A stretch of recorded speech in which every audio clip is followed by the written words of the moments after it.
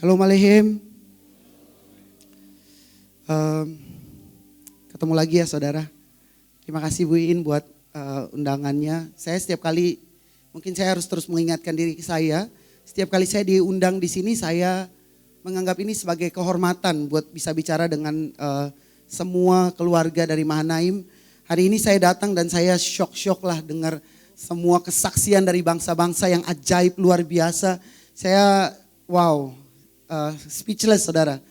Tadi bahkan ketika kita lagi nyembah, saya nggak tahu berapa banyak daripada saudara rasa, saya rasa di tempat saya berlutut tadi seperti ada sebuah gempa kecil. Dan saya tahu ada sebuah resonansi daripada hadirat Tuhan yang kadang-kadang bahkan itu bisa dirasakan sampai ke tubuh fisik kita.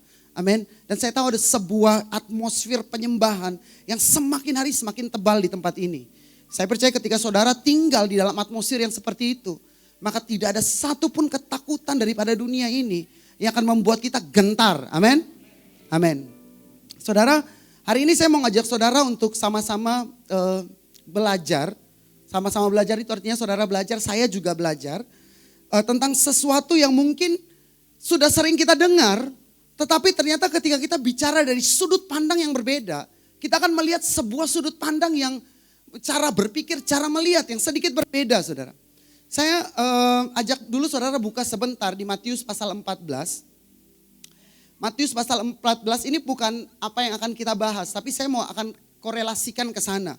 Matius pasal 14 ayat 22 sampai ayat yang ke-33. Matius pasal 14 ayat 22 sampai ke ayat yang 33. Sudah ketemu, amin? Oke, Matius pasal 14 ayat 22 sampai 33. Saya bacakan dengan cepat buat saudara, karena ini bukan ayat utama yang akan kita bahas, tapi saya akan korelasikan ke sini. Jadi saya baca aja dengan cepat buat saudara tentang cerita Yesus berjalan di atas air. Sesudah itu Yesus segera memerintahkan murid-muridnya naik ke perahu dan mendahuluinya ke seberang. Sementara itu ia menyuruh orang banyak pulang. Dan setelah orang banyak itu disuruhnya pulang, Yesus naik ke atas bukit untuk berdoa seorang diri. Jadi perhatikan baik-baik, di situ ada cerita setelah Yesus memberi makan 5.000 orang, saudara. Kemudian Yesus itu memerintahkan murid-muridnya. Kalau Yesus memerintahkan murid-muridnya, berarti yang naik ke perahu siapa? Murid-murid, amin. Saudara, murid-murid mendahuluinya ke seberang. Sementara ia menyuruh orang banyak pulang, setelah itu orang banyak itu pulang, Yesus itu naik ke atas bukit dan berdoa seorang diri. Jadi saya mau ngajak saudara mengerti timelinenya. Yesus itu setelah melakukan mujizat yang sangat dahsyat, dia melipat gandakan 5 roti dan 2 ikan di hadapan begitu banyak orang dan memberikan mereka semua makan hari itu. Setelah itu dia bilang sama murid-muridnya, sekarang kalian nyebrang ke seberang. Nah kalau saudara baca di bagian kitab yang lain, di bagian kitab Markus dan Yohanes, di situ dijelaskan dengan sangat detail. Waktu itu Yesus berkata sama murid-muridnya, sekarang kamu menyeberang dari tepi tempat ini ke arah Betsaida. Dan kalau saudara perhatikan, pada waktu itu ketika murid-muridnya naik ke perahu, mereka tidak menyeberang ke Betsaida, tapi malah mereka pergi ke Kapernaum. Jadi tadi Yesus suruh ke Betsaida, mereka pergi ke Kapernaum. Firman Tuhan berkata kemudian setelah itu Yesus naik ke atas bukit dan berdoa. Saudara, kalau saya mau sedikit menjelaskan buat saudara, kalau Firman Tuhan berkata Yesus naik ke atas bukit dan berdoa. Yesus itu berdoanya tuh bukan seperti orang Kristen pada umumnya doa makan, saudara. 5 menit, 10 menit ya. Pokoknya Tuhan berkati makan. Itu kadang-kadang saya pikir orang Kristen kalau doa makan, bukan doa makan, laporan sama Tuhan kalau dia mau makan. Tuhan saya mau makan, amin. Tuhan bilang saya gak butuh dilaporin gitu ya. Saya juga tahu kamu mau makan gitu. Oke, tapi setelah Yesus, jadi ketika Firman Tuhan bicara Yesus berdoa, saudara ingat. Suatu ketika di Taman Getsemani, Yesus bilang kalian tinggal di sini dan berdoa. Kemudian Yesus pergi menjauh sedikit dan berdoa. Yesus kembali dan melihat murid-muridnya tidur. Yesus berkata sama murid-muridnya, bisa nggak kamu berjaga-jaga 1 jam saja? Atau kurang lebih saya mau sederhanakan. Standar Yesus, kalau Yesus bicara tentang doa, itu standarnya minimal 1 jam. Oke? Jadi kalau firman Tuhan bilang Yesus naik ke atas bukit dan berdoa, Berarti Yesus naik ke atas bukit minimal saudara. Paling minimal dia ada di situ 1 jam. Kemudian firman Tuhan mencatat perahu murid itu sudah beberapa mil jauhnya dari pantai. Dan diombang-ambingkan gelombang karena angin sakal. Ayat 25 kira-kira jam 3 malam atau jam 3 pagi ya kurang lebih saudara ya. Kira-kira jam 3 malam datanglah Yesus kepada mereka berjalan di atas air. Jadi saudara bayangkan waktu Yesus mengadakan mujizat 5 roti 2 ikan itu saudara ingat ceritanya. Pada waktu itu hari sudah mulai petang sehingga orang-orang mulai kelaparan. Jadi waktunya kira-kira sudah petang waktu peristiwa roti 2 ikan itu. Jadi artinya ketika Yesus menyuruh mereka naik ke perahu, saya mungkin kurang lebih saya membayangkan waktu itu ialah kira-kira pukul 6 sore. Itu Yesus suruh mereka naik ke perahu. Mereka menyeberang, tadi disuruh ke Betsaida, mereka berangkat ke Kapernaum. Kemudian Yesus naik ke atas bukit. Firman Tuhan berkata, ketika ombak atau gelombang atau badai itu datang, itu kira-kira jam berapa? Jam 3 pagi. Berarti kira-kira mereka udah berapa lama di atas perahu? Jadi jam 6, jam 7, 8, 9, jam 10, 11, 12, 1, 2, 3. Berapa jam? 9 jam kira-kira mereka udah ada di perahu. Jadi saya mungkin menyimpulkan kira-kira Yesus itu naik ke atas bukit berdoa meninggalkan mereka. Kira-kira Yesus ada di atas bukit itu 9 jam berdoa. Saudara bayangkan Yesus 9 jam di atas bukit berdoa hari itu. Dan firman Tuhan berkata jam 3 subuh itu mereka udah kurang lebih beberapa mil jauhnya. Lalu ayat selanjutnya saya nggak usah bacakan lagi. Tiba-tiba gelombang badai itu datang, mereka semua ketakutan. Tiba-tiba mereka melihat sosok muncul dari tengah-tengah danau. Berjalan di atas air, menerobos kabut. Dan kemudian kita baca yang ini kita perlu baca sama-sama. Ayat 26. Matius 14 ayat 26 boleh nggak kita baca sama-sama kalau bisa ditampilkan? Ini luar biasa, saudara perlu highlight ayat ini. Kita baca sama-sama 1, 2, 3. Ketika murid-muridnya melihat dia berjalan di atas air, mereka terkejut dan berseru, itu hantu. Lalu berteriak-teriak karena takut. Perhatikan ayat ini. Firman Tuhan mencatat, ketika murid-muridnya melihat dia. Jadi yang berjalan di atas air itu siapa? Murid-muridnya. Kemudian firman Tuhan berkata, mereka terkejut. Mereka itu siapa? Murid-murid. Berarti yang terkejut melihat Yesus dia jalan di atas air itu adalah murid-murid. Kemudian firman Tuhan berkata, dan berseru. Yang berseru itu hantu. Itu siapa? Murid-murid. Saya mau ajak saudara melompat sedikit ke ayat 33 atau ayat yang terakhir dari perikop ini. Boleh ditampilkan, kita highlight, kita lihat sedikit ada perbedaan di sini saudara. Di ayat 33 firman Tuhan berkata, dan orang-orang yang ada di perahu itu menyembah dia. Katanya sesungguhnya engkau anak Allah. Saya tanya dulu, yang menyembah Yesus dan berkata dia anak Allah itu adalah, saudara perhatikan, orang-orang. Berarti di dalam perahu itu selain ada murid-murid, ada orang-orang lain. Gini loh saudara, kalau saudara pernah ke Danau Galilea pasti saudara tahu. Di Danau Galilea itu di tepi danau itu banyak perahu yang memang disewakan seperti angkot air lah saudara ya. Untuk nyebrang dari pinggir danau sebelah ke pinggir danau selanjutnya saudara. Jadi di atas air itu kurang lebih saya bilang gini. Waktu murid-murid naik ke perahu, mereka itu naik perahu sewaan bersama penumpang-penumpang yang lain. Tapi yang paling luar biasa, firman Tuhan mencatat spesifik. Waktu Yesus muncul berjalan di atas air, yang berteriak itu hantu.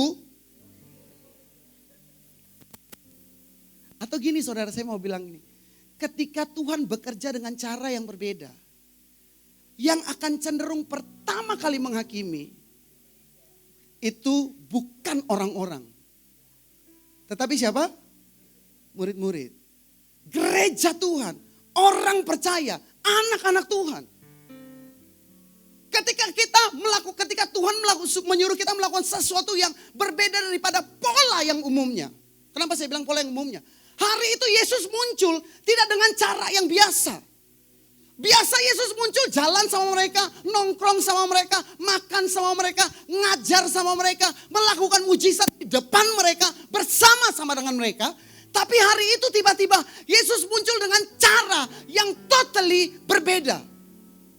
Gini orang Kristen Seringkali ketika kita sudah hidup dengan cara, pola, bentuk, model yang sekian lama sama, itu membuat kita ketika Tuhan melakukan atau muncul dengan cara yang berbeda, kita langsung, wait, ini pakai jubah-jubah, pakai baju-baju profetik, apaan itu tadi? Apaan tadi itu pakai sayap-sayapan gitu ya? Kenapa? Karena kita nggak terbiasa dengan pola yang Tuhan melakukan yang baru. Kita terpola dengan cara yang lama. Pokoknya ibadah kalau misalnya nggak tepuk tangan itu dosa, sesat. Kalau jubah-jubahan sesat, apalah itulah pokoknya semuanya, saudara. Apalagi saya lihat saudara pakai talit ya, saudara. Waduh, makin bisa dicap sesat, saudara. Karena dianggap meyahudikan. Saudara, udah orang Indonesia katanya anti Arab-Araban gitu ya. Malah saudara meyahudi-yahudikan gitu ya. Kenapa? Itu model, murid-murid ini representasi dari gereja. Prototipe daripada gereja. Padahal yang paling dekat sama Yesus siapa? Murid-murid. Yang makan bareng, murid-murid. Tapi yang berkata hantu lebih dahulu, murid-murid. Nah, saudara, tapi saya mau ajak saudara juga untuk mengenal kenapa ini terjadi, saudara. Kalau saudara belajar dalam tradisinya orang-orang Galilea, itu mereka percaya bahwa di Danau Galilea itu ada namanya hantu danau. Hantu danau ini muncul setiap kali ada badai besar.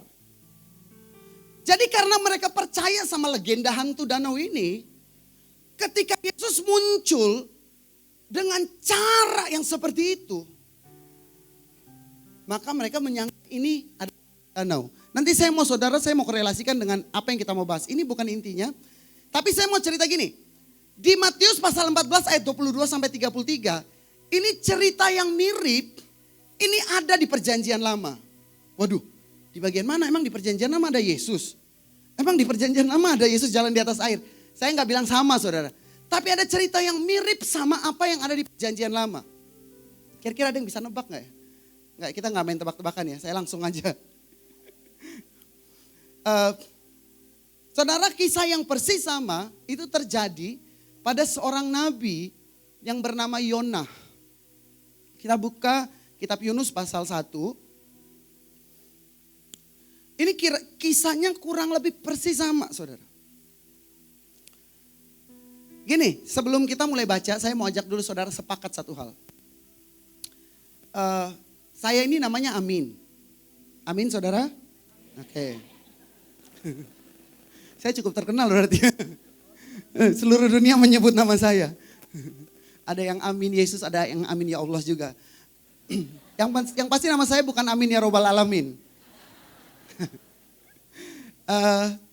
Saudara, nama saya Amin. Saya ini kemanapun saya suka memang memperkenalkan diri saya sebagai Amin. Karena memang saya bukan Inem, apalagi Inem gak boleh ya saudara ya. Karena saya namanya Amin, saya memperkenalkan diri dengan nama Amin, saya suka orang mengenal saya atau memanggil saya dengan nama Amin. Ya kalau misalnya ke tempat yang mungkin lidahnya agak belibet dikit saudara, nama Amin mungkin bisa diganti jadi Amen, Amen atau apalah saudara. Tapi itu kan the matter of dialek saudara. Tapi nama saya Amin, saya gak suka kalau misalnya nama saya Amin diganti jadi Kiem atau Marijan atau apapun itu saudara. Saya lebih suka memang nama saya Amin, saya suka dipanggil Amin. Gini saudara, jadi kalau kita bicara tentang nama orang, kenapa saya bilang nama ini penting? Karena nama itu bicara tentang destiny. Oke? Nama itu bicara tentang destiny. Kalau saudara belajar di firman Tuhan, banyak orang yang mengalami nama harus diganti. Karena destiny-nya dia nggak mau seperti destiny nama. Misalnya dari Ben-Oni jadi Benyamin, saudara. Ingat cerita tentang kiranya engkau memberkati aku melimpah-limpah. Tahu ya? Itu namanya menentukan destiny dan batasan, saudara. Nah karena nama itu begitu penting, makanya saya mau ajak saudara sepakat dulu nih sebelum kita belajar firman.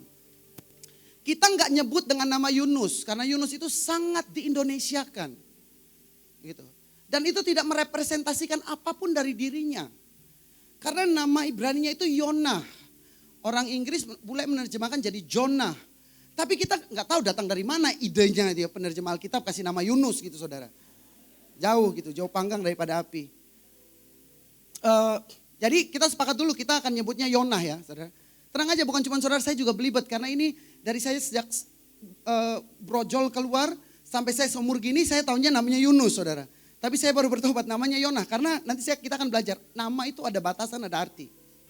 Nah, saudara, ketika kita bicara tentang Yonah, ini ceritanya hampir mirip dengan apa yang terjadi di Matius yang tadi kita baca. Yang pertama, tadi di Matius murid-murid disuruh pergi ke Betsaida, tapi mereka naik perahu menuju ke Kapernaum. Saudara perhatikan di sini, yang pertama, firman Tuhan datang pada Yunus, di Yunus pasal 1 ayat 2. Kita lompat ayat 2 dulu, nanti kita bahas ayat 1 sebelumnya, setelah ini. Yunus pasal 1 ayat 2 berkata begini, bangunlah, pergilah ke Niniwe, kota yang besar itu, berserulah terhadap mereka karena kejahatannya telah sampai kepadaku. Yunus disuruh kemana? Niniwe. Ayat 3. Ayat 3. Tetapi Yunus bersiap untuk melarikan diri ke Tarsis. Disuruh ke Niniwe, kaburnya ke Tarsis. Disuruh ke Betsaida, kaburnya ke Kapernaum, saudara. Ceritanya sama. Apalagi saudara? Kita nggak perlu baca semuanya karena hari ini kita akan bahas seluruh kitab Yunus. Tapi dipersingkat supaya kita nggak perlu baca satu-satu. Kalau saudara belajar, waktu itu terjadi hal yang sama seperti yang terjadi pada murid-murid. Ketika mereka sampai ke tengah-tengah danau atau tengah-tengah laut, hari itu tiba-tiba badai besar datang. Sama ya, waktu murid-murid mengalami badai, Yunus ngalamin badai, saudara. Dan hal yang sama yang berikutnya yang terjadi. Selain mengalami badai, tiba-tiba keputusannya cuma satu. Harus terjadi mujizat, itu dari dalam air, baru badainya bisa tenang. Gini, saya mau share ini hal penting buat kita. Kenapa seringkali orang Kristen mengalami kehidupannya dihantam sama badai bertubi-tubi. Udah doa, udah puasa, udah pelayanan, ngikut Tuhan, melakukan A, B, C. Tapi hidupnya dihantam badai terus. Utang gak kelar-kelar, masalah keluarga gak pernah kelar. Sakit, penyakit terus dalam pergumulan. Kok hidup dihantam sama sana sini. Kenapa banyak orang Kristen harus mengalami badai? Saya cuma mengajak saudara, kalau saudara ngalamin badai, thank you. Kalau saudara ngalamin badai dalam hidupmu, mulai cek. Jangan-jangan you are now walking to the wrong direction. Jangan-jangan hidupmu sedang berjalan ke arah yang tidak tepat. Jangan-jangan Tuhan bicara sama kamu, pergi ke Niniwe, pergi ke Betsaida, malah kamu berjalan ke Tarsus, kamu berjalan ke Kapernaum. Mulai cek hidup kita, mulai koreksi hidup kita. Karena badai itu gak datang tiba-tiba. Badai itu hanya datang ketika they walk to the wrong direction. Ketika kamu jalan ke arah yang salah. Itu hal yang kita perlu meditasikan bersama-sama. Tapi setelah itu saudara, untuk meneduhkan badai itu harus terjadi sebuah mujizat yang munculnya dari dalam air. Dari air, saudara. Waktu itu di cerita yang kita udah baca tadi, Yesus jalan di atas air, badai tenang, calm down. Di kisah Yunus, peristiwanya sama. Yunus harus dilempar ke dalam air. Tadi saya ceritakan di awal, orang Galilea itu percaya ada hantu air, makanya Yesus itu waktu muncul berjalan di atas air, semua berkata itu hantu. Sama nih, orang Niniwe ini punya legenda juga. Mereka itu punya legenda yang namanya dewa laut. Kenapa? Orang Niniwe ini hidupnya di pinggir pantai, saudara. Dewa laut yang mereka sembah itu bentuknya seperti ikan, saudara. Seperti ikan yang besar. Nanti kalau saudara, saya ajak saudara nanti belajar. Saudara akan ketemu ternyata Yunus itu gak dimakan ikan satu kali doang, saudara. Bukan makan ikan ya, dimakan ikan, saudara. Ingat. Yunus itu, Yonah itu, maaf, wah terima kasih banyak. Alhamdulillah diingetin. Saya juga memang masih lidahnya belibet nih, Sobat Ibu. Jadi Yonah ini dimakan sama ikan itu gak cuma sekali. Tapi kalau kita gak ngerti, kita cuma taunya sekali doang. Oke. Nah, firman Tuhan berkata kemudian Yonah itu dilempar ke dalam air dan dimakan oleh ikan yang besar. Makanya saudara perhatikan, kenapa dia habis dimakan ikan, dimuntahin di pinggir laut, tiba-tiba bicara firman Tuhan langsung powerful. Karena apa? Satu bangsa langsung bertobat. Satu bangsa langsung bertobat. Itu ada alasannya saudara.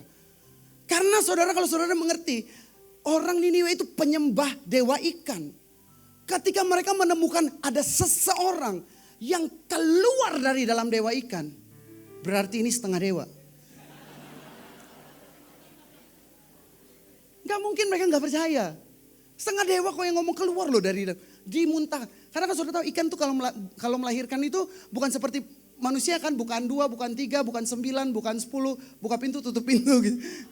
Ikan itu kan kalau melahirkan dikeluarkan telurnya dimasukin ke dalam mulut sampai sekian lama baru dimuntahkan ketika jadi ikan. Jadi anak ikan saudara ya. Jadi Yunus ini dianggap ini anaknya dewa nih karena keluar dari mulut ikan. Sekali berkhotbah, anak dewa yang khotbah pasti bertobat. Makanya saya ingat Bu In ngomong nih. Ada satu khotbah Bu In yang saya ingat waktu datang ke SHRK waktu itu. Dan saya nangis habis-habisan di situ. Bu In bilang, tahu gak kita tuh, kadang-kadang kita gak tahu diri.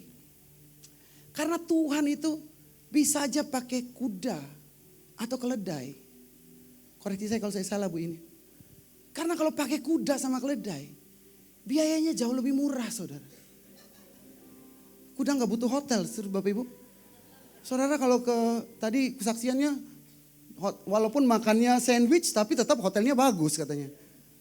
Kita biayanya lebih gede saudara. Ngasih makan saudara itu gak bisa rumput doang. Amin. Kalau rumput kan lebih aman saudara. Petik di luar banyak. Kalau kasih makan kita, melihara kita untuk kita bisa jadi orang yang datang jadi representatif Tuhan. Biayanya jauh lebih mahal. Tapi Tuhan gak milik kuda saudara. Tuhan milik kita. Makanya kalau kita gak tahu diri juga. Wah waktu Bu In ngomong itu di SHRK saya nangis habis-habisan. Karena saudara gak tahu kadang-kadang ya jadi hamba Tuhan. Ada bagian yang sering kali hilang. Yaitu spirit tahu diri. Kita pikir ketika kita dipakai Tuhan. Kita diurapi Tuhan. Kita pikir kita cukup pantas, kita cukup hebat, kita cukup luar biasa. Dan ada masa-masanya ketika kita perlu diingatkan untuk tahu diri. Kalau Tuhan gak milih kita, kalau Tuhan gak pakai kita nih gak ada apa-apanya, gak lebih daripada sampah. Saya beberapa minggu yang lalu ada seorang teman yang pasang sebuah video waktu ibadah. Dan saya speechless saudara, kenapa? Dia pasang sebuah video ini tentang alam semesta saudara. Di video ini muncul semua benda-benda yang ada di alam semesta. Mulai dari planet yang satelit yang paling kecil sampai planet yang paling kecil, planet yang paling besar. Satu planet kemudian sebuah galaksi. Kemudian di video itu ditunjukkan bukan cuma galaksi, tapi ternyata di alam semesta ini ada lebih daripada satu galaksi. Dan bukan hanya galaksi saudara. Ketika saya lihat itu saya realize, saya sadar benar. Ternyata manusia itu, jangan manusia dulu. Bumi itu hanya seperti debu dibanding dengan alam semesta yang begitu luas. Amin saudara. Bumi itu hanya seperti setitik debu di alam semesta yang luas. Kalau bumi debu, ada di sini yang lebih sebesar bumi di sini. Ya gendut-gendut kita juga nggak sebesar bumi kan, badan kita kan. Kita dibanding bumi itu udah kayak benda mikroskopik yang kalau nggak pakai mikroskop nggak kelihatan. Tapi perhatikan, sekecil dan setidak berarti itu, sekecil dan setidak berarti itu, Tuhan datang dan Tuhan ngajak, ayo yuk jalan sama-sama. Itu siapa? Makanya nggak ada alasan untuk gak tahu diri di hadapan Tuhan. Karena Tuhan itu bisa dengan mudah menyelesaikan segala sesuatu di hidup kita. Tuhan bisa dengan mudah berkata stop dan dia tidak lagi mau pakai kita. Tapi dalam cintanya, dia gak pernah angkat tangan, dia gak pernah nyerah. Bahkan berkali-kali kita gagal mencintai dia, berkali-kali kita gagal mengasihi dia, berkali-kali kita gagal memenuhi apa yang dia mau. Tapi dia gak pernah memandang hina. Itu saya. Maka saya berdoa hari ini Tuhan Saya bilang, Tuhan, seberapa tinggi, seberapa jauh Tuhan bawa saya. Jangan sampai spirit tahu diri itu hilang. Jangan sampai saya lupa dari mana saya datang. Jangan sampai saya lupa orang-orang yang pernah menaruh pijakannya dalam hidup saya. Jangan sampai saya lupa kalau saya tanpa Tuhan gak ada nilainya apa-apa. Dan saya berdoa spirit yang sama, hati yang sama ada pada kita semua pagi ini. Amin. Amin. Saudara, nah saya lanjutkan saudara. Kemudian saudara, apa yang terjadi dengan Yona waktu itu setelah dia dilempar, dia dimakan ikan. Dia melakukan hal-hal yang ajaib dan sesuatu terjadi. Niniwe bertobat. Tapi setelah itu Niniwe bertobat, Yona tidak bertobat. Nah saya izin ajak saudara mulai baca dari ayat 1 dulu. Yunus pasal 1 ayat yang ke-1. Tolong multimedianya bisa ditampilkan Yunus pasal 1 ayat yang ke-1. Kita baca sama-sama 1, 2, 3. Datanglah firman Tuhan kepada Yunus bin Amitai. Katakan Yunus bin Amitai. Yona bin Amitai. Saudara, kalau saudara belajar, Yona ini adalah anak daripada seorang laki-laki bernama Amitai. Saudara, Amitai ini bukan nama Indonesia saudara. Karena percayalah, nggak ada orang Indonesia mau menamakan anaknya Amitai. Karena endingnya tidak enak saudara. Setuju ya? Jadi yakinlah ini bukan nama orang Indonesia. Oke. Kata Amitai kalau saudara belajar, itu dari kata dasar Ibrani emet. Sama-sama katakan emet. Emet itu artinya righteous atau truth. Kebenaran saudara. Tapi karena ada kata Amitai, saudara perhatikan kata akhiran ai-nya di sana itu dari kata akhiran Ibrani ani. Itu artinya saya, atau kurang lebih kata Amitai itu adalah kebenaranku. Jadi firman Tuhan berkata, datanglah firman Tuhan kepada Yona bin Amitai. Yona yang lahir dari kebenaranku. Saudara tahu ya, saya nggak perlu ngulangin cerita Yona karena pasti saudara udah tahu lengkap ceritanya saudara. Yona ini adalah orang yang punya kebenarannya sendiri. Gini, kenapa saudara waktu Yona disuruh ke Niniwe, dia malah kabur pergi ke Tarsus. Saya ajak saudara buka 2 Raja-Raja 14 ayat 25. Ini penting banget. 2 Raja-Raja 14 ayat 25. Ini akan ada hubungannya sama kenapa disebut anak Amitai atau Yona yang lahir dari kebenarannya sendiri. 2 Raja-Raja 14 ayat 25. Kalau sudah ketemu katakan amin. Kita baca sama-sama 1, 2, 3. Ia mengembalikan daerah Israel dari jalan masuk ke Hamat sampai ke Laut Araba sesuai dengan firman Tuhan Allah Israel yang telah diucapkannya dengan perantaraan hambanya Nabi Yunus bin Amitai dari Gad-Hefer. Gini saudara, saya ceritakan aja lengkapnya. Nanti pulang saudara bisa baca ayatnya di rumah.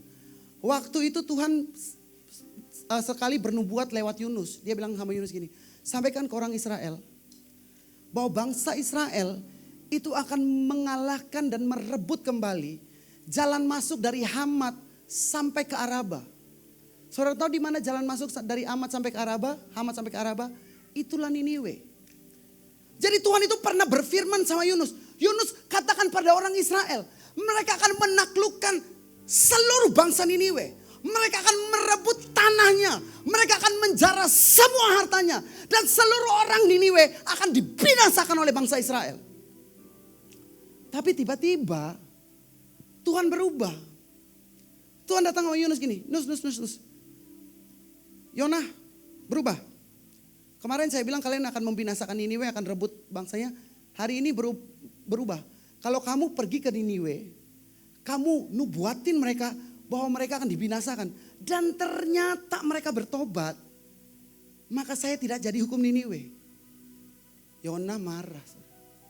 Tuhan, kalau aku pergi aku sampaikan. Dan ternyata Niniwe bertobat. Di mana integritasku? Nanti orang bilang, nubuatannya kok berubah-ubah? Jangan-jangan ini nabi palsu. Kemarin bilang dibinasakan, kok sekarang bilang harus bertobat supaya Tuhan bisa memulihkan. Yona punya kebenaran yang dia pertahankan. Sampai bahkan saudara, saking mempertahankan kebenaran, Tuhan pun dilawan. Berapa banyak kita, kalau udah punya kebenaran, jangankan Bu Iin. Malaikat muncul di depan gua pun, gua lawan. Sama Bu Iin aja deg-degan, apalagi sama malaikat loh. Saya aja mau khotbah di sini deg-degan, saudara tahu nggak?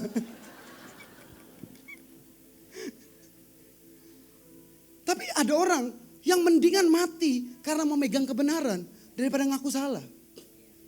Banyak gereja yang rela bahkan nggak punya apa-apa, tetap miskin, tetap nggak maju, tetap nggak ngapa-ngapain demi megang kebenarannya.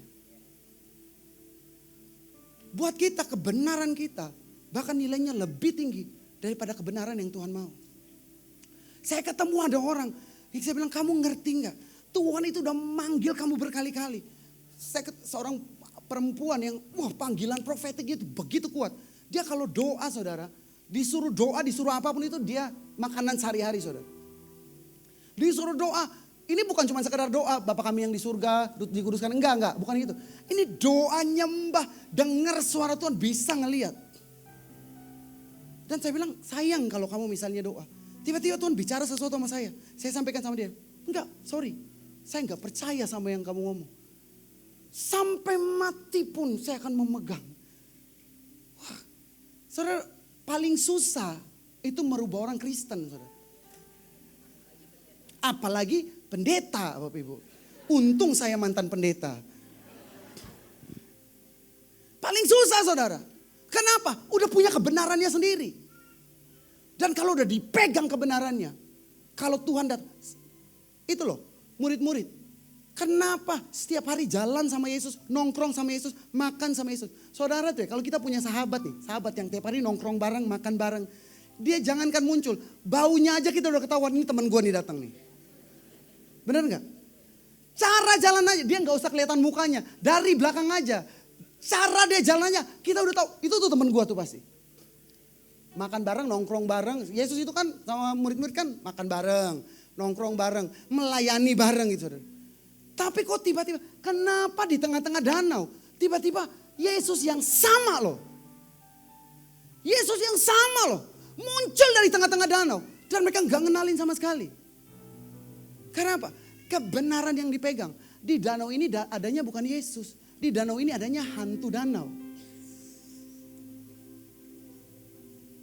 Kenapa seringkali kita sulit melihat Yesus dalam rupa yang sesungguhnya? Karena kalau Yesus gak muncul rambut panjang, brewok gitu, bule, bukan Yesus. Apalagi Yesus munculnya kayak saya nih.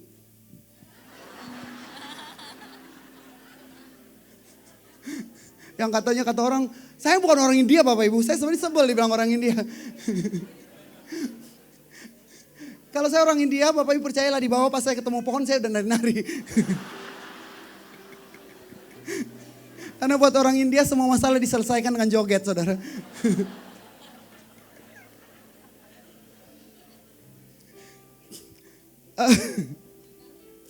Jangan bilang saya Cina, itu namanya penistaan suku, penistaan agama. Jadi saudara, karena mereka nggak bisa, ketika kita punya kebenaran sendiri, selubung itu akan nutup mata kita, sehingga apapun yang muncul akan sulit untuk kita bisa terima, kita bisa pahami. Makanya berapa banyak dari saudara pagi hari ini yang mau berkata sama Tuhan, Tuhan, yang aku tahu, yang aku ngerti, itu belum seberapa dibanding semua rahasia yang Tuhan sediakan untuk Tuhan singkapkan bagi kita semua. Amin. Dan selama kamu mengizinkan Tuhan merobek setiap selubung, setiap lapisan, satu lapis demi satu lapis, maka kita akan bisa melihat sesuatu yang baru. Jangan puas dengan lapisan yang sudah dirobek hari ini. Karena masih ada begitu banyak selubung, masih ada begitu banyak selaput yang perlu jatuh, yang perlu disobek dari hidup kita. Untuk kita bisa melihat sebuah kebenaran yang baru yang disingkapkan. Amin. Saudara, nah kemudian saudara, Yunus itu setelah tadi Tuhan berkata kalian akan menghancurkan Niniwe. Dia bilang marah sama Tuhan, Tuhan integritasku di mana? Kalau aku pergi, maka Niniwe akan bertobat. Kenapa? Karena dia nabi. Dia tahu kalau firman Tuhan disampaikan, Niniwe bertobat. Selain itu, selain karena dia nabi, ini yang perlu saudara tahu. Mungkin saudara gak akan tahu kalau gak diceritakan. Raja Niniwe pada waktu itu adalah seorang anak daripada Firaun yang kedua, saudara.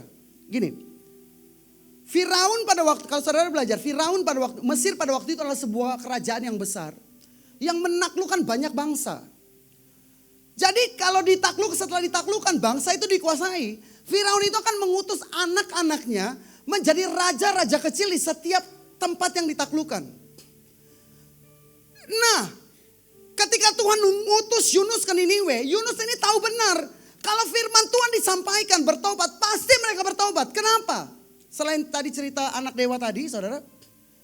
Karena raja Niniwe waktu itu adalah anak dari raja Mesir yang selamat dari peristiwa Laut Merah, saudara. Jadi dia tahu benar ceritanya bahwa bangsa Israel itu pernah diselamatkan dari Laut Merah, saudara. Dia tahu benar Allah yang Yunus beritakan ini bukan Tuhan sembarangan. Tuhan yang bisa belah laut, tapi yang juga bisa nutup kembali laut. Dia tahu kalau Tuhan yang Yonas sampaikan ceritakan ini, yang Yonas katakan bertobatlah itu, adalah Tuhan yang sanggup mengadakan 10 tulah. Kalau saudara belajar bahkan 10 tulah itu bukan cuma sekedar tulah, saudara. 10 tulah itu ialah 10 dewa Mesir yang ditaklukkan oleh Yahweh pada waktu itu. Jadi waktu Tuhan buat 10 tulah, itu bukan cuma sekedar 10 tulah.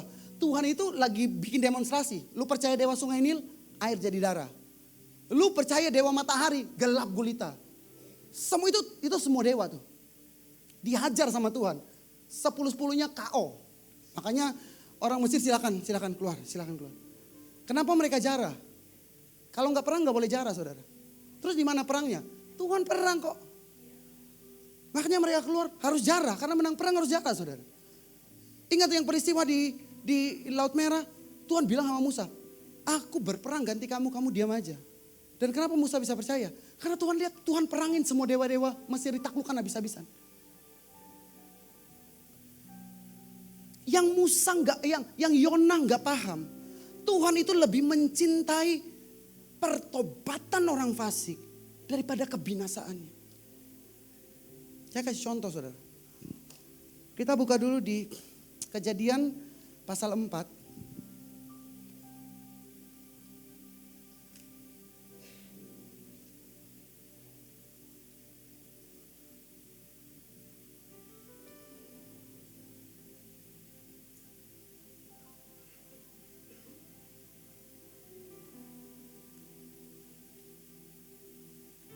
Ayat 14.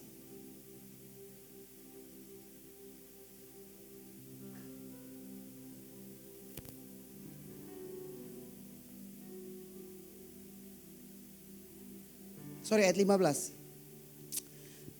Kejadian pasal 4 ayat 15. Saya baca buat saudara, firman Tuhan berkata, firman Tuhan kepadanya, sekali-kali tidak. Barang siapa yang membunuh Kain akan dibalaskan kepadanya 7 kali lipat. Kemudian Tuhan menaruh tanda pada Kain supaya ia jangan dibunuh oleh barang siapapun yang bertemu dengan dia. Saudara tahulah cerita Kain Habel, saya nggak perlu uraikan satu-satu. Tapi di bagian ayat ini ada bagian yang luar biasa ditulis. Kemudian Tuhan menaruh Oth HaKain. Oth HaKain itu tanda Kain. Nah banyak orang karena Oth itu adalah terdiri dari huruf Vav dan huruf Taf. Orang pikir tanda yang ditaruh pada kain itu ialah tanda Taf. Enggak.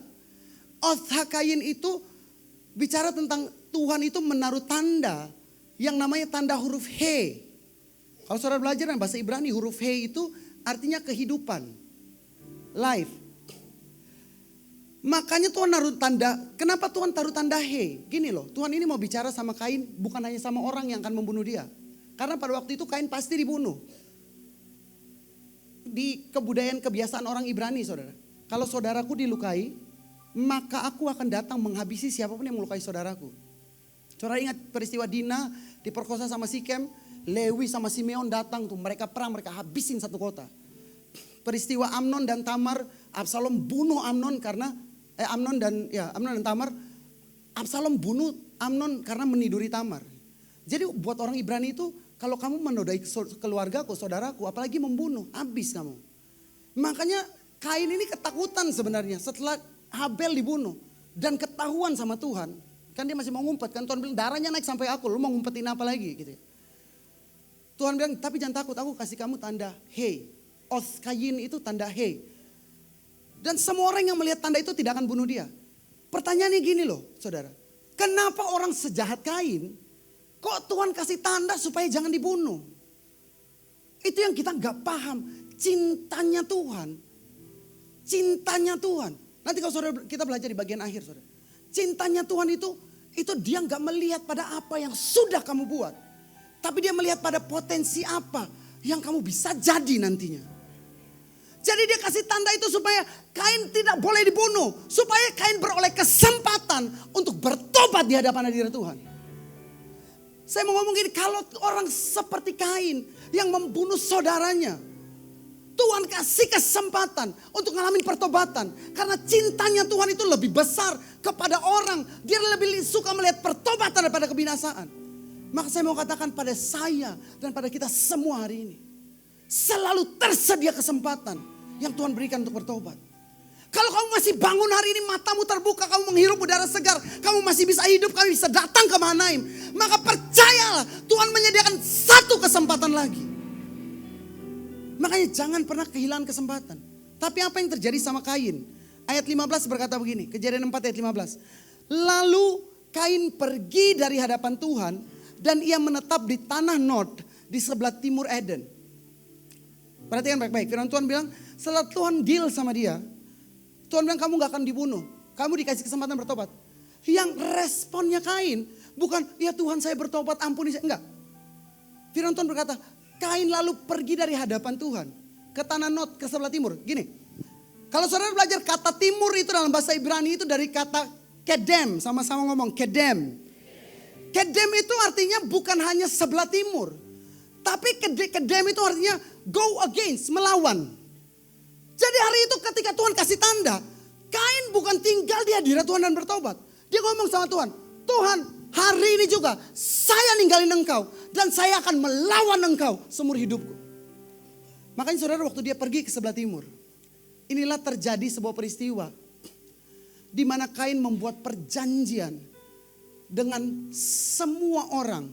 Atau semua makhluk. Yang juga pernah meninggalkan hadirat Tuhan. Siapa? Malaikat-malaikat jatuh. Hari itu Kain buat perjanjian. Keturunan Kain saudara.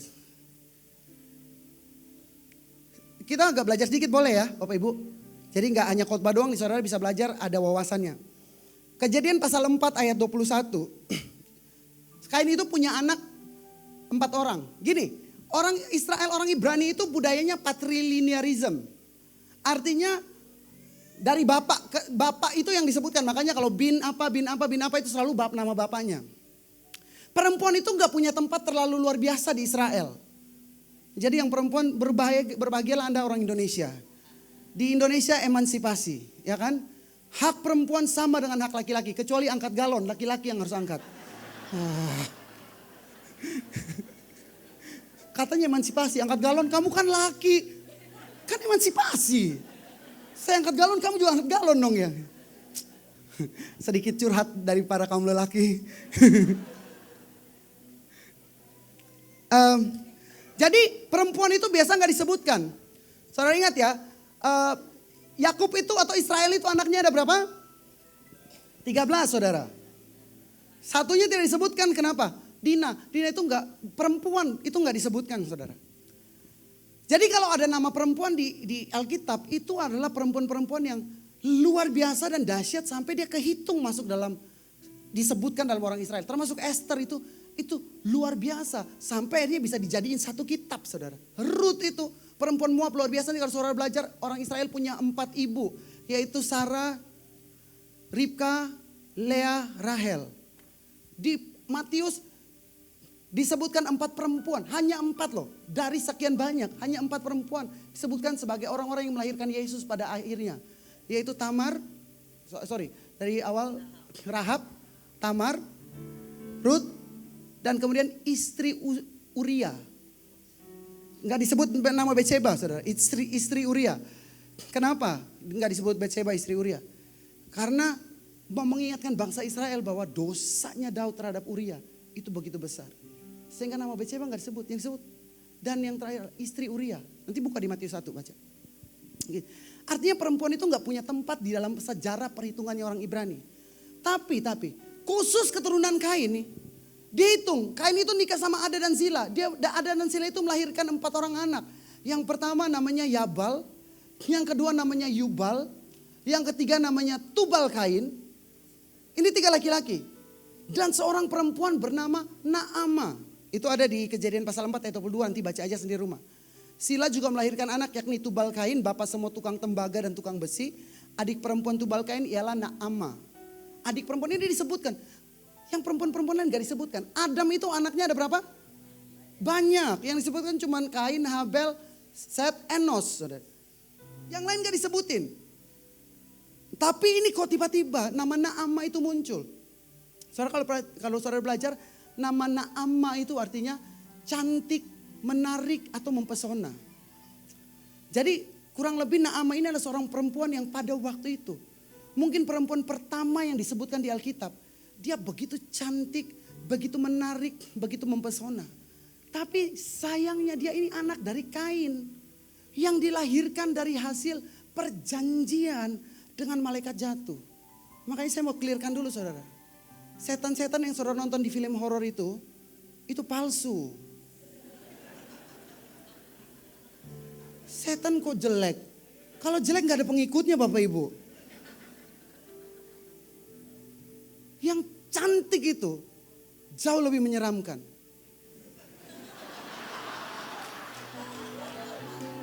Aku tahu aku bisa dengar ada suara dari belakang ngomong pantesan gak kawin-kawin. Bukan gitu maksudnya Bapak Ibu. Bercanda ya. Beneran juga gak apa-apa. Jadi Naama ini cantik.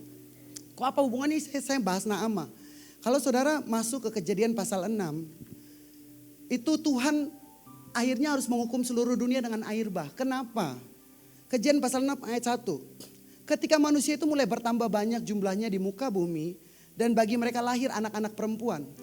Ayat 2. Maka anak-anak Allah melihat bahwa anak perempuan manusia itu cantik-cantik. Anak-anak Allah melihat anak perempuan manusia itu cantik-cantik. Tadi saya tanya, yang cantik itu siapa? Naama. Kalau maknya cantik, anaknya itulah anak keturunan yang cantik-cantik itu saudara. Jadi ketika anak-anak Allah itu siapa? Keturunan Set yang menjaga hidupnya. Taat, soleh dan solehah. Hari itu mereka melihat anak-anak hasil perkawinan dengan malaikat jatuh. Itu begitu cantik, begitu mempesona. Lalu firman Tuhan berkata, mereka mengambil istri dari antara perempuan itu. Siapa saja yang mereka sukai. Makanya Tuhan marah, kenapa? Tuhan marah karena darah, DNA dari orang-orang saleh mulai bercampur dengan DNA dari perjanjian dengan malaikat jatuh. Makanya orang kok bilang, kok Tuhan kejam banget sih. Satu dunia itu dibinasakan dengan air bah. Kan waktu itu belum ada hukum Torah. Kata siapa belum ada hukum Torah? Hari pertama Tuhan menciptakan, jadilah terang. Firman Tuhan berkata, jadilah or. Or itu adalah kata dasar dari Torah. Jadi sedang Tuhan menciptakan terang, Torah itu udah jadi saudara. Kok Tuhan jahat banget? Satu bumi dibinasakan, hanya Nuh doang yang diselamatkan. Kalau saudara belajar, hanya Nuh yang menjaga DNA-nya, darahnya tidak bercampur dengan semua yang berhubungan dengan malaikat jatuh. Jadi yang semua yang berhubungan dengan malaikat jatuh, Tuhan binasakan hari itu. Dibinasakan.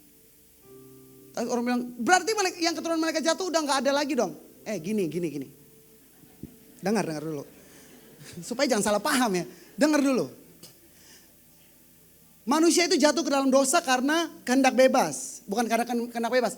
Karena kehendak bebas yang dia berikan, dia memilih untuk jatuh. Kita itu bisa jatuh karena kita punya kehendak bebas. Setuju? Saya tanya. Malaikat punya kehendak bebas atau enggak? Kalau enggak punya, kenapa dia bisa jatuh?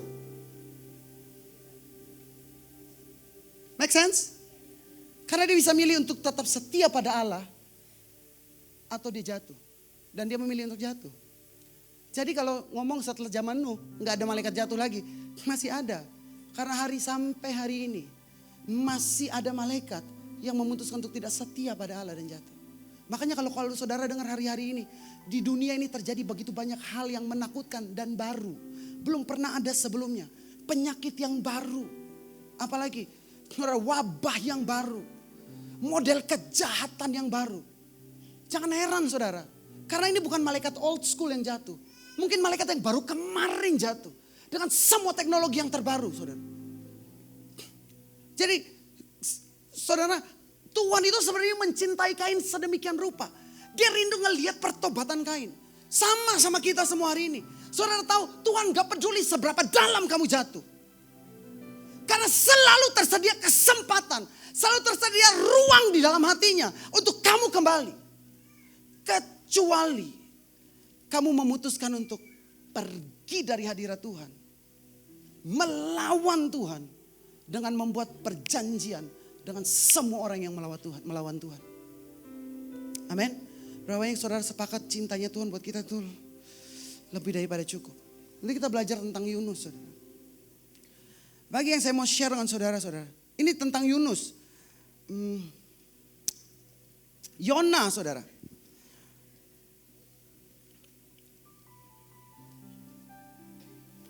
Kita buka dulu Yona pasal 1 ayat 17. Ini penting sekali saudara. Yona pasal 1 ayat 17. Saya gak akan lama-lama, dengan cepat aja saya akan selesaikan. Yona pasal 1 ayat 17. Sudah kita baca sama-sama?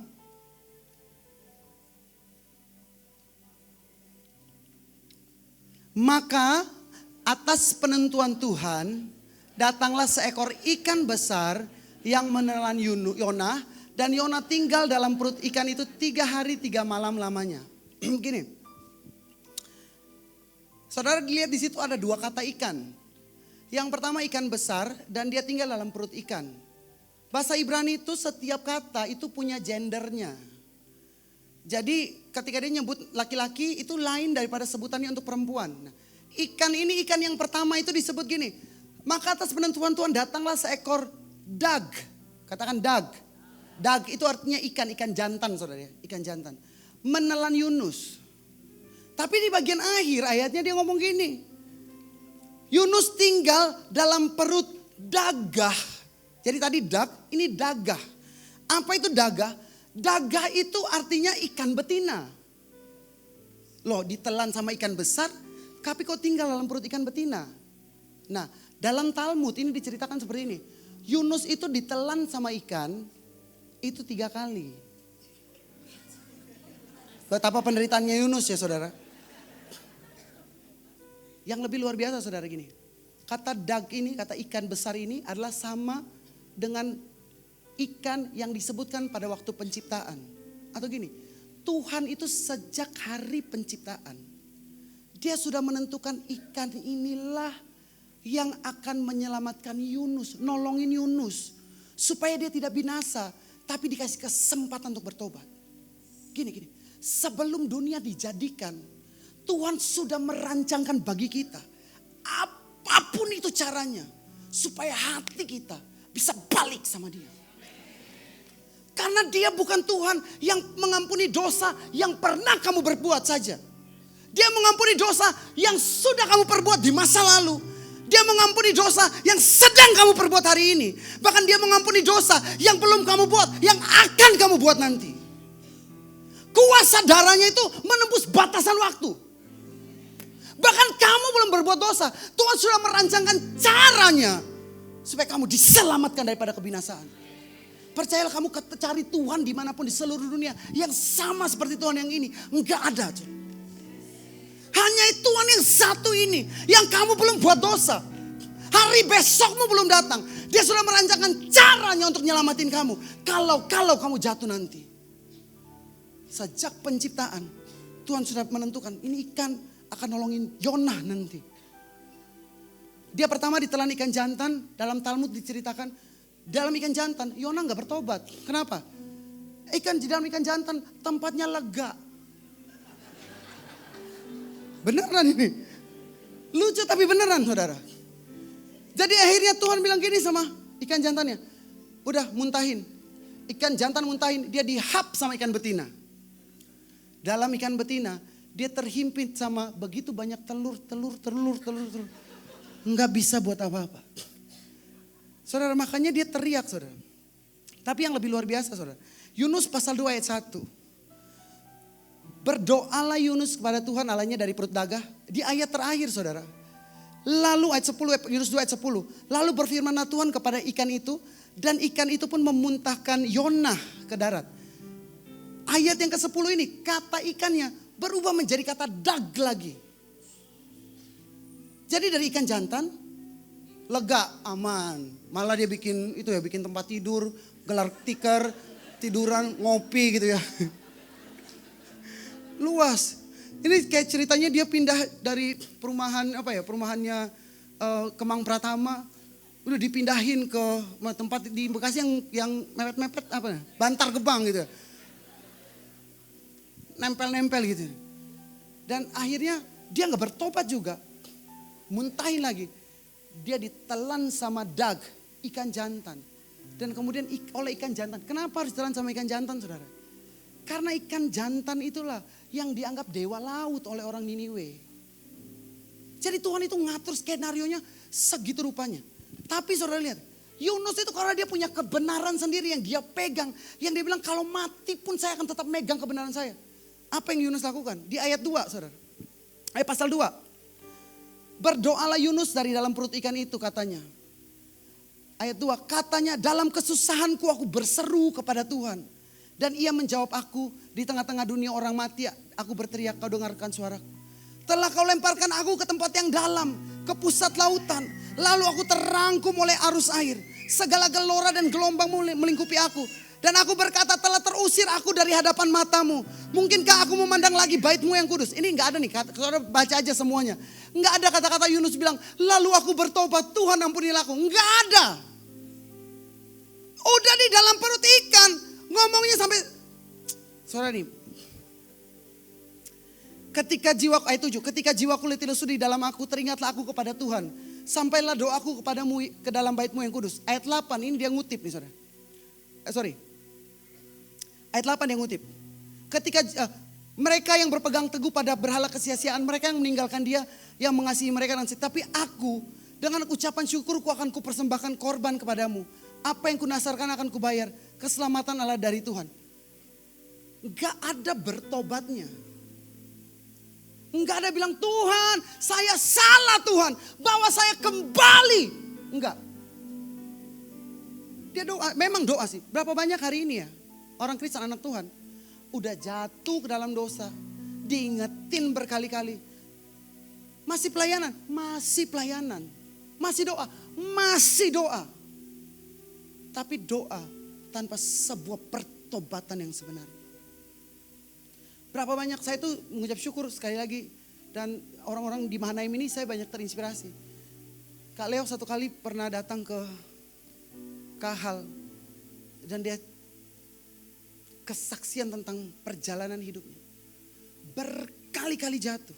Dan ini bukan cuma dia, ini sama kita. Berkali-kali jatuh. Masih melayani Tuhan, masih diurapi Tuhan. Masih diurapi Tuhan. Saudara, buat saya hari ini tidak ada yang lebih mengerikan yang buat saya ketakutan selain ketika saya masih diurapi Tuhan, sementara saya masih ada dalam kejatuhan. Karena lebih susah untuk bertobat, saudara. Percayalah kalau kita dihajar habis-habisan, dihabisin sampai nggak punya apa-apa, lebih gampang untuk kita bertobat, saudara. Lebih susah itu masih diurapi, masih dipakai. Saudara, khotbah orang masih bertobat. Saya pernah satu kali, saya dalam keadaan tergelap dalam hidup saya. Saya khotbah, pulang-pulang ada ibu-ibu datang salaman sama saya. Terima kasih ya Pak, khotbah saya tadi, khotbah Bapak sangat memberkati saya. Saya pengen kabur ke kamar mandi, masukin kepala dalam air, saudara. Itu hal yang paling mengerikan buat saya. Buat saya Tuhan mending Tuhan tendang, Tuhan hajar, Tuhan pukul Tuhan. Buat habis saya. Yang penting jangan ambil rohmu dari dalam. Daripada hatiku membatu. Karena aku masih dipakai, aku masih diurapi. Buat saya lebih baik saya dihabisin Tuhan. Daripada saya berdiri dengan petantang-petenteng di hadirat Tuhan. Tanpa ada rasa gentar dan takut. Saya makanya sekali lagi, Yunus dengan kebenaran yang dia pegang. No Tuhan. Yang paling gila pasal 3. Yunus datang ke Niniwe.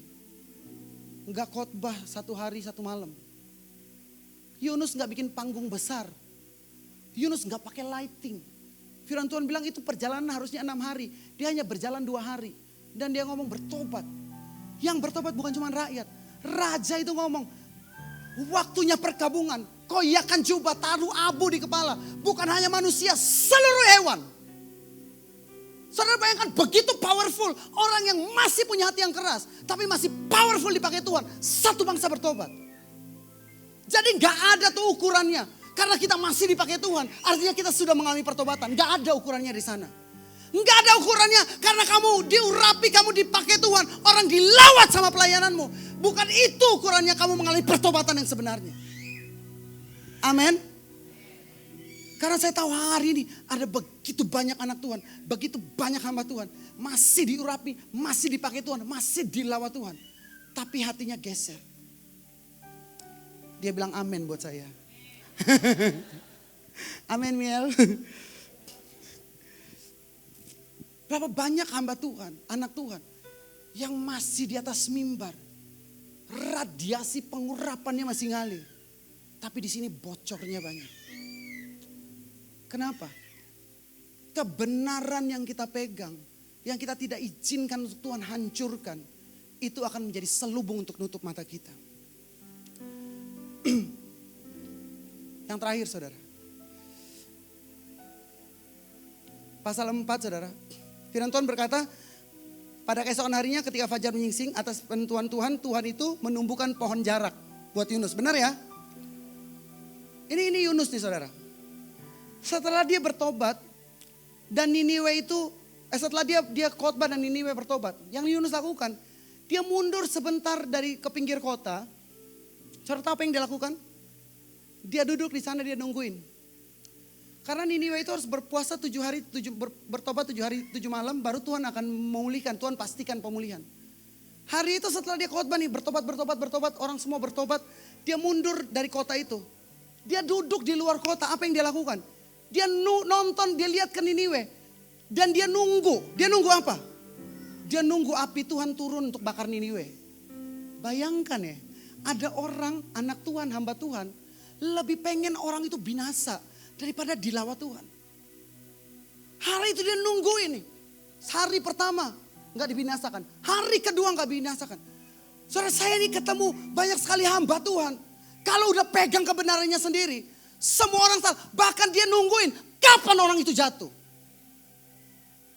Benar gak? Berapa banyak anak Tuhan. Nungguin orang, bukan nungguin orang bertobat. Nungguin kapan orang itu jatuh. Ketika orang buat salah sama kita. Kita nungguin. Kapan nih saya lihat. Tudungnya diangkat. Tuhan habisin mereka. Kita. Berapa yang bertobat sama-sama dengan saya, amin. Kita lebih merindukan pertobatan orang lain daripada kebinasaannya, amin. Hati Tuhan itu. Kalau kamu punya hati kayak gitu, percayalah itu bukan hatimu. Itu hati Tuhan yang ditaruh buat kita. Hati Tuhan yang Tuhan taruh di dalam kedalaman kita. Tapi hari itu ketika Yunus nunggu. Yunus ini marah sama Tuhan. Kalau saudara ngomong situ, maka Yunus menjadi kesal. Kata kesal di situ tuh terjemahan Indonesia yang kurang pas saudara. Karena kata kesal atau kata marah di seluruh kitab Yunus itu pakai kata ra'ah. Ra'ah itu artinya evil. Maka Yunus itu menjadi jahat. Jadi Yunus bukan kesal. Setelah bangsa Niniwe bertobat, Yunus itu menjadi kesal dengan bangsa Niniwe. Yunus menjadi kesal sama Tuhan. Makanya dia nungguin kebinasaannya. Saudara tahu apa yang dia lakukan? Hari itu Tuhan menumbuhkan pohon jarak untuk Yunus. Pohon jarak Tuhan izinkan tumbuh untuk apa? Untuk nutup kepala Yunus dari matahari. Nah itu yang kurang tepat. Saya ajak saudara baca dulu nih. Yunus 4 ayat 5. Ini sebelum pohon jarak ditumbuhkan. Yunus 4 ayat 5 sudah, tolong ditampilkan. Yunus telah keluar meninggalkan kota itu dan tinggal di sebelah timurnya. Ia mendirikan di situ sebuah. Saya tanya, udah ada pondok, kenapa minta Tuhan numbuhin pohon jarak? Katanya untuk berteduh, pondok lebih daripada cukup saudara. Pondok bahkan lebih adem daripada pohon jarak, benar gak? Udah ada pondok loh. Berarti waktu Yunus minta pohon jarak itu bukan minta pondok saudara. Bukan untuk nutupin kepalanya. Ini baru akan relate dengan apa yang saudara ngomong. Yunus pasal 4. Yunus pasal 4. Dia ngomong gini sama Tuhan. Yunus waktu Tuhan ngomong, layakkah engkau marah karena pohon jarak itu? Selayaknya aku marah. Sebelum itu. Yunus pasal 4. Erek Apayim, sebentar ya. Ini tiba-tiba saya nggak siapin, tapi tiba-tiba Tuhan ingetin ya, saya mau sampaikan dengan saudara. Oke.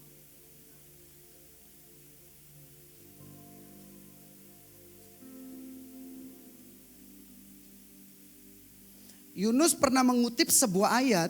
Oke, Yunus pasal 4 ayat 2. Dan berdoalah ia kepada Tuhan, katanya gini. Ya Tuhan, Yunus pasal 4 ayat 2 ya, kalau bisa tampilkan biar kita baca sama-sama.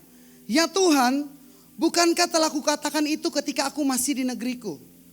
Itulah sebabnya maka aku dahulu melarikan diri ke Tarsis. Yunus nih buat pembelaan di hadapan Tuhan nih. Tuhan, gue udah bilang kan, gue punya kebenaran.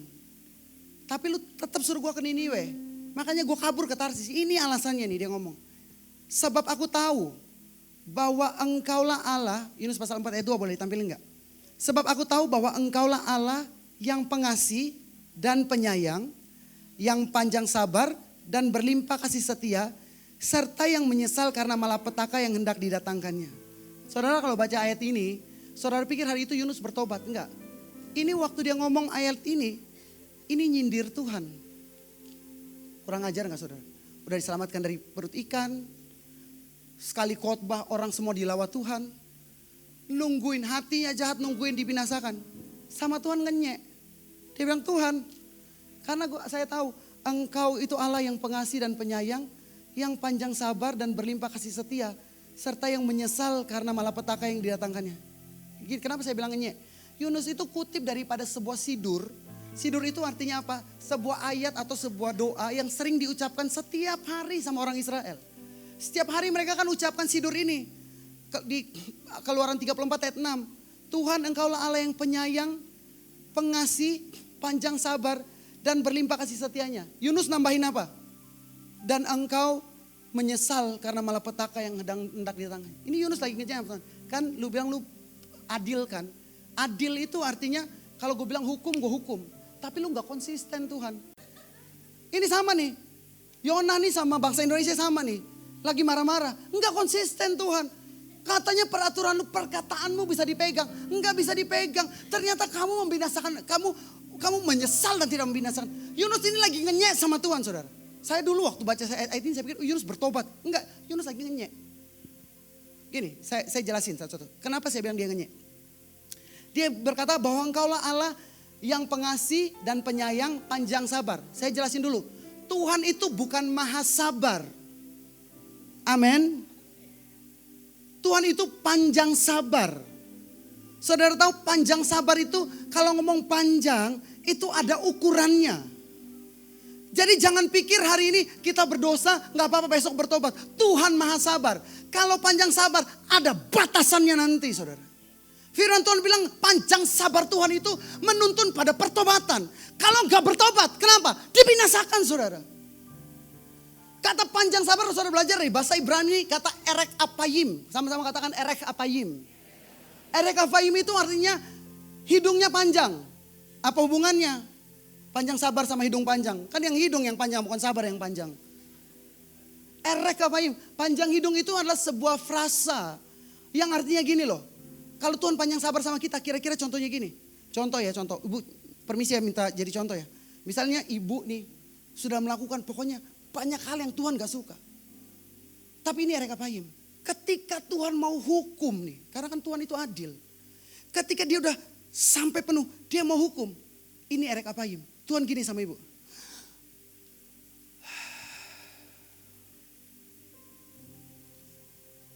Narik napas yang panjang. Itu erek apayim. Saya jadi belajar berkali-kali. Tuhan ini gini sama saya. Amin. Satu kali lagi kesempatan. Itu panjang sabar Tuhan sama kita. Berkali-kali kita ada di batasan harus dihukum. Tapi Tuhan ini gini sama kita.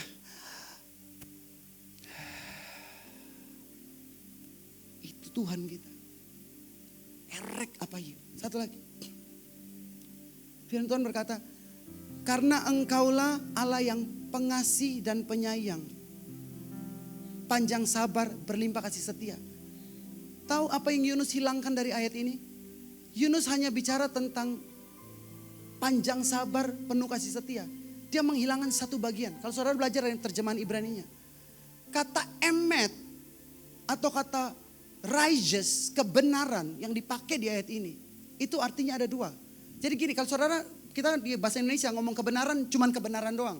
Kebenaran ya itu benar. Malah ada orang bilang kebenaran itu artinya kebetulan. Kebetulan nih ya kan. Kebenaran ya kan. Itu bukan kebenaran, itu kebenaran gitu. Enggak, itu beda saudara. Kalau bahasa Ibrani emet, righteous. Righteous tuh selalu ada dua dimensi. Dimensi yang pertama itu bicara tentang keadilan. Dimensi yang kedua itu bicara tentang cinta. Keadilan ini saudara, keadilan ini bicara tentang apa?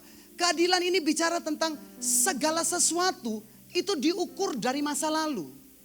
Gini, saudara kalau ngomong keadilan, di pengadilan orang itu diadili atas apa yang sudah dia perbuat atau apa yang belum dia perbuat. Sudah. Jadi kalau bicara tentang keadilan, ukurannya tentang apa yang sudah pernah diperbuat. Apa yang sudah terjadi di masa lalu. Dimensi keadilan itu masa lalu. Kalau aku mau memberikan keadilan, ialah aku memberikan upah kepada orang yang melakukan dengan benar. Aku memberikan hukuman kepada orang yang tidak melakukan. Tapi ini tentang semua yang sudah dilakukan. Dan Yunus hanya ngomong sama Tuhan tentang sisi yang ini.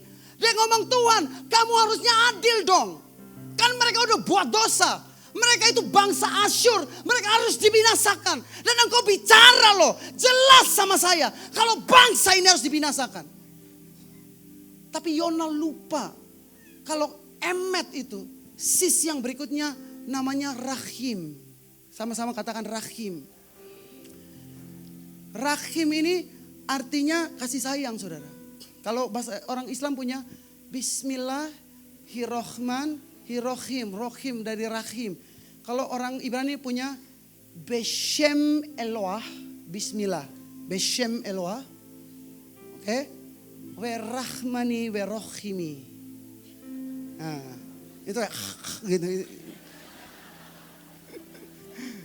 Yang itu doang ya. Beshem Eloah, Bismillah. Beshem Eloah, werahmani werahimi. Kata rahim saudara, kenapa kebaikan itu diterjemahkan dari kata rahim? Saudara tahu rahim ya, rahim itu artinya juga rahim. Rahim ini bicara tentang potensi yang akan jadi. Amin. Rahim nih. Yang di dalam rahim itu akan jadi sesuatu, benar? Benar ya? Ini bicara tentang, berarti bicara dimensi waktu masa depan. Potensial. Keadilan bicara tentang yang sudah dilakukan. Kebaikan bicara tentang yang akan dilakukan. Tuhan itu selalu punya dua sisi buat hidup kita. Kalau dia cuma Allah yang adil, kita semua habis, saudara. Kita semua habis. Tapi Tuhan itu punya satu dimensi daripada kebenaran, yaitu rahim. Potensi. Dia ngelihat sejahat-jahatnya kita. Sejatuh-jatuhnya kita.